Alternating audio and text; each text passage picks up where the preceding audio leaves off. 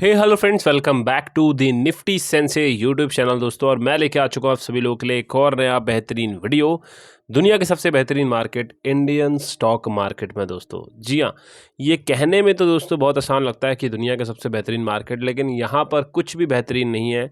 अभी तक तो यही देखने को मिल रहा है और जितने भी इन्वेस्टर्स हैं वो सभी डिसअपॉइंटेड हैं, क्योंकि मार्केट आज का भी बहुत ही ज़्यादा बेकार था दोस्तों।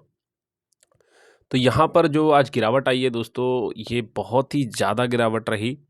और ओवरऑल किन किन सेक्टर्स में गिरावट ज़्यादा आई वो भी हम देखते हैं। पहले लेके चलता हूँ आपको पूरा का पूरा इंडाइसिस जो आज का रहा है दोस्तों, बीएससी और एनएससी में। तो यहाँ पर आप पहले आइए इंडियन इंडाइसिस पे। तो यहाँ पर आप खुद देख सकते हैं निफ्टी 50 जो है 1.25% गिरा, निफ्टी बैंक 1% गिर गया, निफ्टी फाइनेंशियल सर्विसेज 1.5% गिर गया, सेंसेक्स भी दोस्तों 1.17% गिर गया, मिड कैप भी 1.1% गिर गया।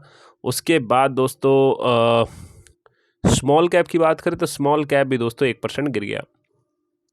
एफएमसीजी बहुत ज़्यादा गिरा। तो यहाँ पर गिरावट जो थी वो बहुत ही ज़्यादा थी। आईटी तो आज कुछ ज़्यादा गिरा ही नहीं दोस्तों, फ्लैट टू पॉजिटिव रहा आईटी में कुछ गिरावट ज़्यादा आई ही नहीं है। लेकिन यहाँ पर ओवरऑल जो है बहुत ज़्यादा गिरावट आई और बहुत ही ज़्यादा लॉस हो रहा है इन्वेस्टर्स का। जितने भी इन्वेस्टर्स हैं वो सब डिसअपॉइंटेड हो रहे हैं, होप खो रहे हैं पूरी की पूरी। तो गिरावट बहुत ही ज़्यादा थी, बहुत ज़्यादा दोस्तों। अब लेके चलता हूँ अपने पोर्टफोलियो पे दोस्तों। तो पोर्टफोलियो में देख सकते हो इन्वेस्टेड वैल्यू जो रह गई है दोस्तों, अब यहाँ पर इन्वेस्टेड वैल्यू हमारी है 3.52% और मतलब 3,52,000 रुपये। लेकिन उसके बाद करंट वैल्यू जो पहुँच चुकी है हमारी 3,40,000 रुपये दोस्तों। टोटल रिटर्न्स में देखें तो लॉस जो हो गया है हमारा अब वो 12,141 रुपये का हो चुका है।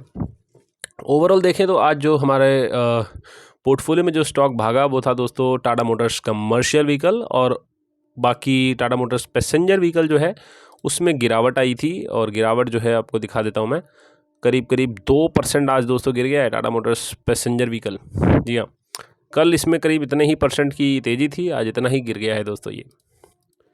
तो बहुत ज़्यादा गिरावट आई आज इसमें भी। और इस वजह से दोस्तों आप देख सकते हो कल हमारे जो मेजर स्टॉक्स थे वो अच्छे खासे चले थे, लेकिन आज मेजर स्टॉक्स ही गिरे हैं सबसे ज़्यादा।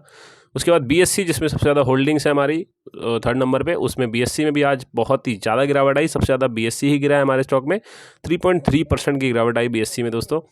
उसके बाद HAL भी दोस्तों गिरा 2.39%, JBM भी गिरा 1.67%, बजाज ऑटो भी दोस्तों 1.36%। फोर्थ नंबर पे हमारा स्टॉक है ये, सबसे ज़्यादा इन्वेस्टमेंट जिसमें है। आनंद राज 1% फिर गिर गया आज। और एशियन पेंट्स भी दोस्तों 0.78%, कोचिन शिपयार्ड भी गिरा, बजाज हाउसिंग फाइनेंस भी गिरा दोस्तों, TCS भी दोस्तों 0.39% गिरा। बाकी जो चले हैं स्टॉक वो सिर्फ और सिर्फ 3 स्टॉक हैं, जिसमें से इन्फोसिस, टाटा मोटर्स कमर्शियल व्हीकल और यूनियन बैंक ऑफ इंडिया दोस्तों। अब यहाँ पर मेन चीज़ ये है दोस्तों, समझने वाली जो चीज़ें हम समझ सकते हैं यहाँ पर वो ये है दोस्तों कि टाटा मोटर्स कमर्शियल व्हीकल का सपोर्ट आया, अदरवाइज़ हमारा जो गिरावट है वो बहुत ही एक्सट्रीम गिरावट थी। अगर ये स्टॉक हमारे इसमें नहीं होता पोर्टफोलियो में तो हमें गिरावट और भी ज़्यादा सामना करना पड़ता, क्योंकि 2,000 तो करीब करीब यहाँ पर टाटा मोटर्स कमर्शियल व्हीकल ने दिया है दोस्तों। तो 5,000 का लॉस हो सकता था दोस्तों यहाँ पे, लेकिन हुआ सिर्फ 3,000 का ही loss just because Tata Motors commercial vehicle आज चल गया दोस्तों। बाकी आपको ओवरऑल दिखाएं तो टाटा मोटर्स कमर्शियल व्हीकल का अब जो चार्ट फ्रेम है काफ़ी पॉजिटिव हो चुका है। और TMCV डाल देते हैं एक बार, TMCV ठीक है। तो ये है दोस्तों TMCV, और आप खुद देख सकते हो बहुत ही पॉजिटिव कैंडल्स बनी है दोनों की दोनों, और बहुत अच्छी बाइंग आई है दोनों दिन। अब मेन चीज़ ये होगी कि स्टॉक कितना चल सकता है, कितना भाग सकता है। तो भाई 520 530 के लेवल से बहुत जल्दी दिखाने के पूरे कैलिबर्स आ रहे हैं यहाँ पर टाटा मोटर्स कमर्शियल व्हीकल के दोस्तों। On the other hand Tata Motors passenger vehicle भी दूर नहीं रहेगा दोस्तों, ये भी स्टॉक अब भागने की तैयारी कर रहा है, 400 क्रॉस करने की तैयारी कर रहा है। क्यों मैं ऐसा कह रहा हूँ, क्योंकि आप अगर सिनेरियो देखते हैं तो आपको चीज़ें समझ आएंगी। गिरावट भले आज ज़्यादा आई है, लेकिन इसकी गिरावट सिर्फ और सिर्फ मार्केट की वजह से आई है, मार्केट सेंटिमेंट्स की वजह से ही दोस्तों आज ये बहुत ज़्यादा नेगेटिव रहा है स्टॉक।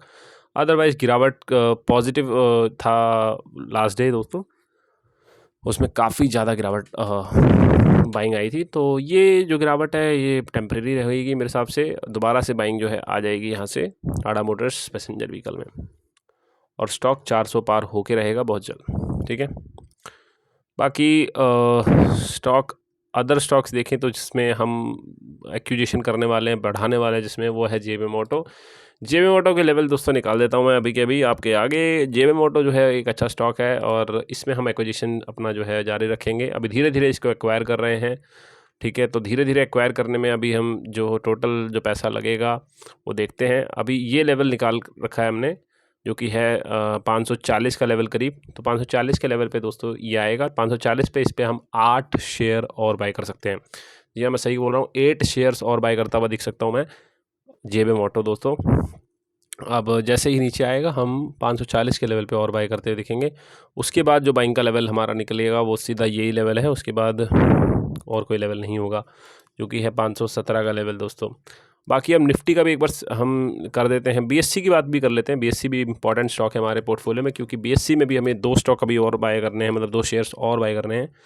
तो बीएससी भी एक इम्पॉर्टेंट फिगर रहेगा यहाँ पर दोस्तों। जिस तरीके से यहाँ पर सेलिंग का वो आया हुआ है, देख सकते हो आप, सेलिंग कैंडल बनी है, तो ये बहुत नेगेटिव कैंडल है दोस्तों, बहुत ही ज़्यादा नेगेटिव कैंडल है। तो हो सकता है कि यहाँ से थोड़ा अपर वो आ जाए अगर मंडे को आना है तो। अदरवाइज़ दोस्तों यहाँ पर गिरने की बहुत संभावना है, तो ये स्टॉक यहाँ तक आ सकता है भाई, 2500 के लेवल भी दिखा सकता है बीएससी, हो सकता है। अगर बाइंग आ गई तो बहुत अच्छी बात है, वरना 2500 के लेवल्स भी आ सकते हैं बीएससी में दोस्तों। ऑन द अदर हैंड दोस्तों बात कर लेते हैं निफ्टी की। निफ्टी क्योंकि बहुत इंपॉर्टेंट रहेगा, बहुत सारे इन्वेस्टर्स यहाँ पर डिसअपॉइंटेड हैं कि निफ्टी अब कब तक गिरेगा और कितना गिरना बाकी है। जैसा कि दोस्तों मैंने बताया था कि गैप अप फिलिंग करना, ये तो भाई निफ्टी की आदत है। तो निफ्टी जो है गैप अप फिलिंग के लिए आ रहा है यहाँ पर। 25,100 का लेवल जो है दोस्तों निफ्टी का, ये गैप अप फिलिंग का लेवल होगा। लेकिन क्या लगता है आपको कि इससे गैप अप फिलिंग के बाद क्या ऊपर नहीं जाएगा, मतलब गैप अप फिलिंग के बाद क्या ऊपर जाएगा? तो बिल्कुल चांसेस हैं कि गैप अप फिलिंग के बाद जो है यहाँ पर ऊपर जाने की पूरी पॉसिबिलिटी बन जाएगी निफ्टी की। क्योंकि अगर आप ध्यान से चीज़ों को समझेंगे तो आपको चीज़ें समझ आएंगी दोस्तों। क्योंकि यहाँ पर अगर आए आप, तो ये है दोस्तों अप्रैल 2025, जी हाँ। तो जब जब ये 200 मूविंग डे एवरेज के नीचे आया, तब ये ज़्यादा देर रहा नहीं पाया दोस्तों नीचे, तो बाइंग ही आई है। तो एक्सट्रीम सेलिंग आएगी। अब देखिए एक्सट्रीम सेलिंग क्या हो सकती है। एक्सट्रीम सेलिंग हो सकती है कि हम इन लेवल्स को टच कर दें, या फिर इन लेवल्स को टच कर दें, जो कि है 24,600 का लेवल। तो 24,600 के लेवल पे आ सकता है, यही इसका लास्ट सपोर्ट होगा निफ्टी का। और यहाँ पे पूरी पॉसिबिलिटी है कि अगर मंडे को बाइंग आती है, लेकिन वो बाइंग मुझे तो नहीं लगता कि वो पॉजिटिव होगी, वो ट्रैप ही होगा। यहाँ पर ये लेवल जो है ना निकाला है मैंने, जो है ये है 24,600 का लेवल दोस्तों। यहाँ पर ज़रूर आ सकता है निफ्टी दोस्तों। यहाँ पे पॉसिबिलिटी बहुत हाई हो गई है, क्योंकि सेलिंग का जो फिगर आ रहा है, सेलिंग का जो ये आप देख सकते हो, इतनी बड़ी कैंडल बनी, उसके बाद फिर यहाँ पर इतनी बड़ी कैंडल, फिर दोस्तों यहाँ पे सेलिंग, फिर यहाँ पे सेलिंग। तो ओवरऑल सेलिंग ज़्यादा चल रही है। तो अभी यहाँ पर आने की पूरी पॉसिबिलिटी है, और हो सकता है कि हमें जो है 15 मार्च से या फिर हो सकता है कि मंडे को ही यहाँ पर हमें समझ आ जाए कि कितनी सेलिंग आएगी। ठीक है, वो मंडे को पता लग जाएगा। तो ओवरऑल तो दोस्तों यहाँ सेलिंग आ रही है, कोई इसमें कहने वाली बात ही नहीं है, सोचने वाली बात ही नहीं है। सेलिंग बहुत ही ज़बरदस्त आ रही है दोस्तों।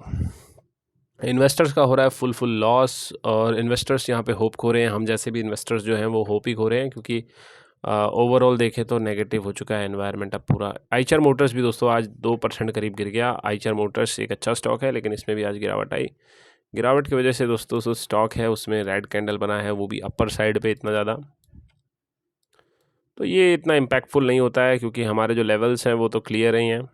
इस गैप अप फिलिंग को कर सकता है आकर के आईचर मोटर्स नीचे, हो सकता है कि यहाँ से नीचे आए और गैप अप फिलिंग कर दे।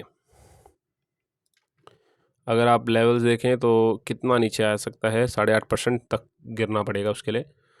तो देख सकते हैं आपकी मार्केट में गिरावट तो जारी है, और अभी पता नहीं कब तक गिरेगा। लेकिन जो लेवल मैंने आपको बताए हैं वो यही लेवल हैं दोस्तों, ये वाले जो लेवल हैं 24,000। लेट्स सी दोस्तों क्या होता है, वो तो पता लगेगा आगे। आई होप आपको चीज़ें समझ आ रही हैं दोस्तों हमारी।